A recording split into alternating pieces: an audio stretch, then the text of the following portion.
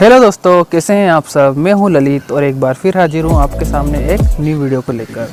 दोस्तों, आज के वीडियो में मैं आपको सबमरीन के मैकेनिज्म के बारे में बताने वाला हूं और सबमरीन के अंदर हमारे भारतीय वीर जवान सैनिकों का जीवन कैसा होता है। So without wasting any time, let's begin.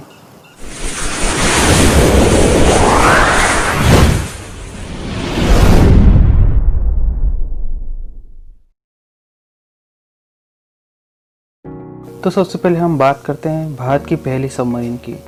Bharat की पहली सबमरीन कलवरी को 1967 में भारतीय नौसेना में शामिल किया गया था। 30 साल की सेवा के बाद इसे 31 मार्च 1996 को नौसेना से रिटायर कर दिया गया।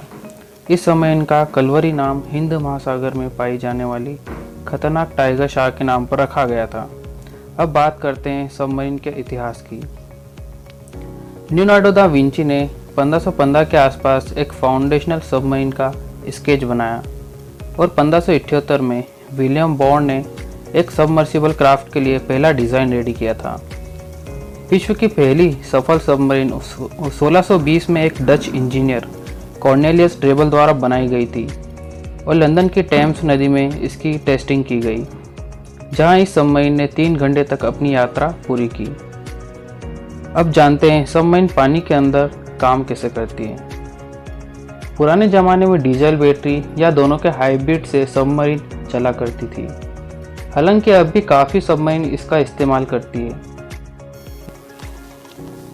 लेकिन जब न्यूक्लियर पावर आया तो इनकी दशा ही बदल गई। वर्तमान में केवल 7 देशों के पास न्यूक्लियर सबमरीन है, जो कि अमेरिका, रूस, फ्रांस, भारत, चीन और ब्रिटेन है। सबमरीन में एक इनर शेल होती है जो कि सैनिकों को सबमरीन पर पड़ने वाले पानी के दबाव से बचाती है, और एक आउटर शेल जो सबमरीन को टाइडी शेप देता है। न्यूक्लियर सबमरीन के शेल HY80, निकेल, मोलिब्डेनम और क्रोमियम से बने एक मिश्र धातु से बने होते हैं, जो कि सबमरीन को बड़ी गहराई में जाने पर उस पर लगाए गए तेज दबाव से बचाता है। ट्रिप टैंक सबमरीन को समुद्र के अंदर एक जगह रखने के लिए इस्तेमाल किया जाता है। जब सबमरीन को पानी के बीच लेकर जाना होता है तो ब्लास्ट टैंक को पानी से भर दिया जाता है, जिससे सबमरीन की डेंसिटी उसके आसपास के पानी से ज़्यादा हो जाती है, जिस कारण सबमरीन नीचे आने लगती है। और जब सबमरीन को ऊपर लाना होता है तो इस टैंक को खाली कर देते हैं और इसमें कंप्रेस्ड एयर भर दी जाती है, जिससे सबमरीन की डेंसिटी कम हो जाती है और वह पानी के ऊपर की तरफ आ जाती है। सबमरीन को पानी के अंदर एक जगह रखने के लिए ट्रिप टैंक में कंप्रेस्ड एयर और पानी को बैलेंस किया जाता है। एक ऐसी कंडीशन भी होती है जब सबमरीन की डेंसिटी पानी की डेंसिटी के बराबर हो जाती है, तब हम और ज़्यादा पानी नहीं भरते, क्योंकि तब हम अगर पानी भरते जाएंगे तो समुद्र के अंदर सबमरीन की डेंसिटी ज़्यादा हो जाएगी और वह पानी के नीचे जाकर धंस जाएगी। क्योंकि हमें सबमरीन को पानी के बीच तैरना है, तो इसलिए हम सबमरीन को उसकी डेंसिटी के बराबर कर देते हैं। और बराबर होने के बाद अब अगर हमें सबमरीन का मुंह सीधा कराना है तो हम प्रोपेलर का इस्तेमाल करते हैं। ये वही प्रोपेलर है जो बड़े बड़े जहाज़ों में भी लगे होते हैं। प्रोपेलर भाप से चलने वाले टरबाइन और जनरेटर द्वारा ऑपरेट होता है। प्रोपेलर जितना तेज़ी से घूमता है, सबमरीन उतनी तेज़ी से आगे बढ़ेगी। इसके अलावा सबमरीन के पीछे की ओर हाइड्रोप्लेट्स लगे होते हैं, जिसकी मदद से सबमरीन किसी भी दिशा में जा सकती है। यह सबमरीन को दिशा बदलने में मदद करते हैं। सबमरीन का कंट्रोल रूम उसका हार्ट होता है, जो कि स्क्रीन, लीवर, स्विच और पैनल से भरा हुआ एक छोटा सा स्थान होता है। कंट्रोल रूम से सबमरीन के सभी ऑपरेशन कमांड होते हैं। यहीं से स्पीड ऑर्डर को मोटर रूम भेजा जाता है। यहीं से यह इंस्ट्रक्शन दिए जाते हैं कि सबमरीन को कितनी गहराई में भेजना है। इसके पास फायर कंट्रोल सिस्टम होता है, जो कि दुश्मनों के टारगेट डेटा के इनपुट देता है, जहां से हम टारपीडो और मिसाइल की फायरिंग को कंट्रोल करें। दोस्तों, आपने सोचा होगा कि पानी में सबमरीन के अंदर का जीवन काफ़ी रोमांचक होता होगा, लेकिन ऐसा नहीं है। समुद्र में सबमरीन के अंदर काफ़ी दिक्कतों का सामना करना पड़ता है, क्योंकि अंदर भी पीने के लिए साफ पानी और सांस लेने के लिए शुद्ध और पर्याप्त मात्रा में ऑक्सीजन होनी चाहिए। तो अब हम बात करते हैं सबमरीन के अंदर के जीवन की, कि वहाँ ये सब पॉसिबल कैसे हो पाता है। जैसा कि हम जानते हैं, एटमॉस्फेयर में 78% नाइट्रोजन, 21% ऑक्सीजन और 1% अदर गैसेस होती है। ऐसा ही मौसम हमें सबमरीन के अंदर क्रिएट करना है, क्योंकि अगर ऑक्सीजन की मात्रा थोड़ी भी कम हुई तो अंदर रहने वाले सैनिकों को सफोकेशन होने लगेगा, क्योंकि ऑक्सीजन की वजह से ही हमारे पूरे बॉडी में ब्लड फ्लो हो पाता है। सबमरीन में ऑक्सीजन कंप्रेस्ड एयर के थ्रू सप्लाई की जाती है या फिर ऑक्सीजन जनरेटर से।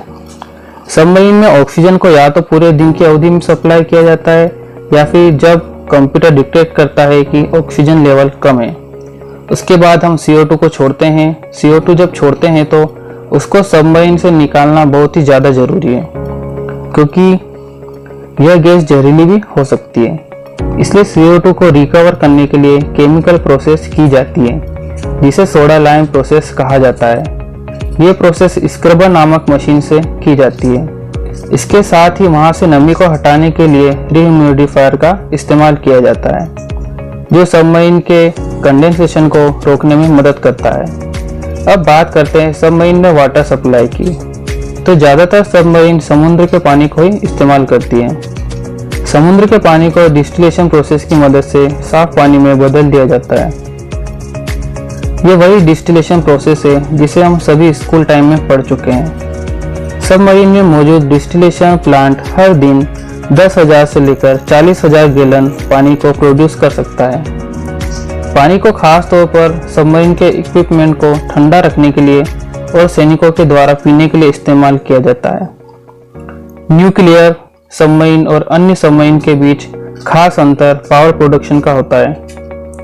न्यूक्लियर सबमरीन में पावर इलेक्ट्रिक मोटर की मदद से प्रोड्यूस की जाती है। इसके लिए हाई ग्रेड का रिफाइंड फ्यूल इस्तेमाल किया जाता है। इसके अलावा न्यूक्लियर पावर सबमरीन के अदर सिस्टम को भी पावर सप्लाई करता है। वैसे मौजूदा तमाम नौसेना के न्यूक्लियर रिएक्टर डीजल चालित हैं और यह पावर का बैकअप तैयार करते हैं, लेकिन न्यूक्लियर सबमरीन का डीजल इलेक्ट्रिक सबमरीन की तुलना में एक फ़ायदा यह है कि न्यूक्लियर सबमरीन कई महीनों तक पानी के अंदर रह सकती है, क्योंकि न्यूक्लियर फ्यूल डीजल फ्यूल की तुलना में ज़्यादा देर तक इस्तेमाल किया जा सकता है। सबमरीन पानी की सतह पर ऑपरेट करने के लिए GPS यानी ग्लोबल पोजिशनिंग सिस्टम का इस्तेमाल करती है, लेकिन GPS पानी के नीचे काम नहीं करता है। इसलिए सबमरीन पानी के नीचे इनिशियल गाइडेंस सिस्टम का इस्तेमाल करती है। यह सिस्टम इस्तेमाल करने में जितना कॉम्पैक्ट और डिफ़िकल्ट है उतना ही एक्यूरेट भी है।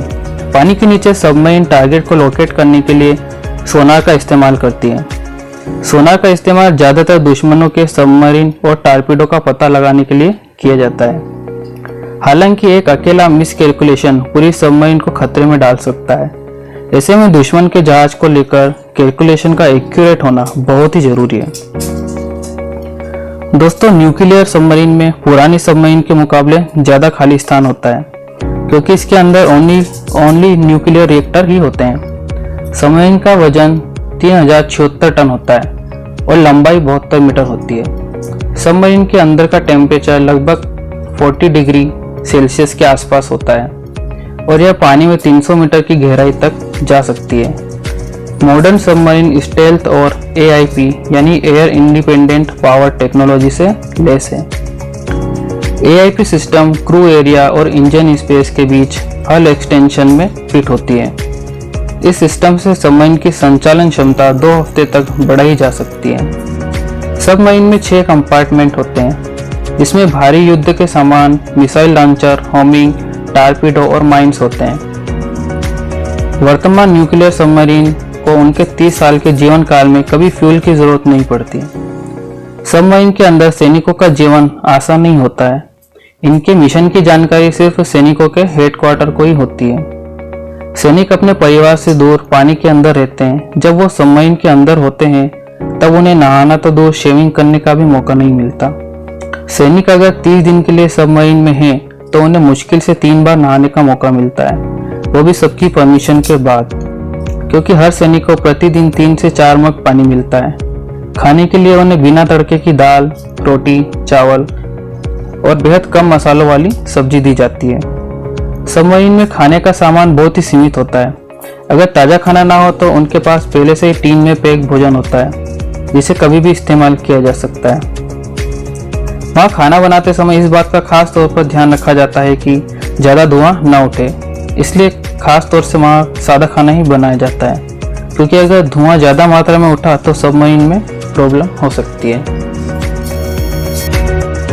इसके अलावा सबमरीन जब भी पानी के अंदर जाती है तो उसके साथ डॉक्टर और उनके उपचार का सामान साथ होता है। सबमरीन में सोने के लिए 2 कंपार्टमेंट होते हैं, जिसमें बंक बेड होते हैं और एक छोटा लॉकर या ड्रॉप डाउन शेल्ड स्टोरेज के लिए होता है। वहाँ का टेम्परेचर गर्म होता है, इसलिए कभी कभी कुछ सैनिक वहाँ भी सोने जाते हैं, जहाँ मिसाइल और टॉर्पीडो रखे जाते हैं, क्योंकि यह जगह सबमरीन की दूसरी जगहों की तुलना में सबसे ज़्यादा ठंडी होती है। सैनिकों के व्यायाम के लिए कुछ इक्विपमेंट भी होते हैं, ताकि वो पानी के नीचे अंदर भी अपनी हेल्थ का ध्यान रख सके। जगह की कमी के कारण करीब 45 लोगों पर एक वॉशरूम होता है। सबमरीन में सूर्य की रोशनी नहीं आती है, इसके चलते जब वो समुद्र की सतह पर आती है तो बाहर आते वक्त सैनिकों को हाथ पैर में जकड़न जैसी समस्याओं से जूझना पड़ता है। गहरे समुद्र के अंदर लगातार अभियान पर चलते रहने से उनके कानों पर काफ़ी गहरा असर होता है, इसलिए सबमरीन के अंदर सोल्जर्स अपने कान का खास ख्याल रखते हैं।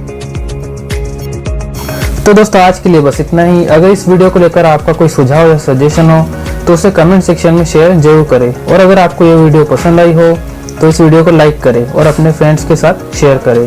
और अगर आपने अभी तक चैनल को सब्सक्राइब नहीं किया है तो चैनल को सब्सक्राइब करना ना भूलें। तो मिलते हैं नेक्स्ट वीडियो में एक न्यू इन्फॉर्मेशन के साथ।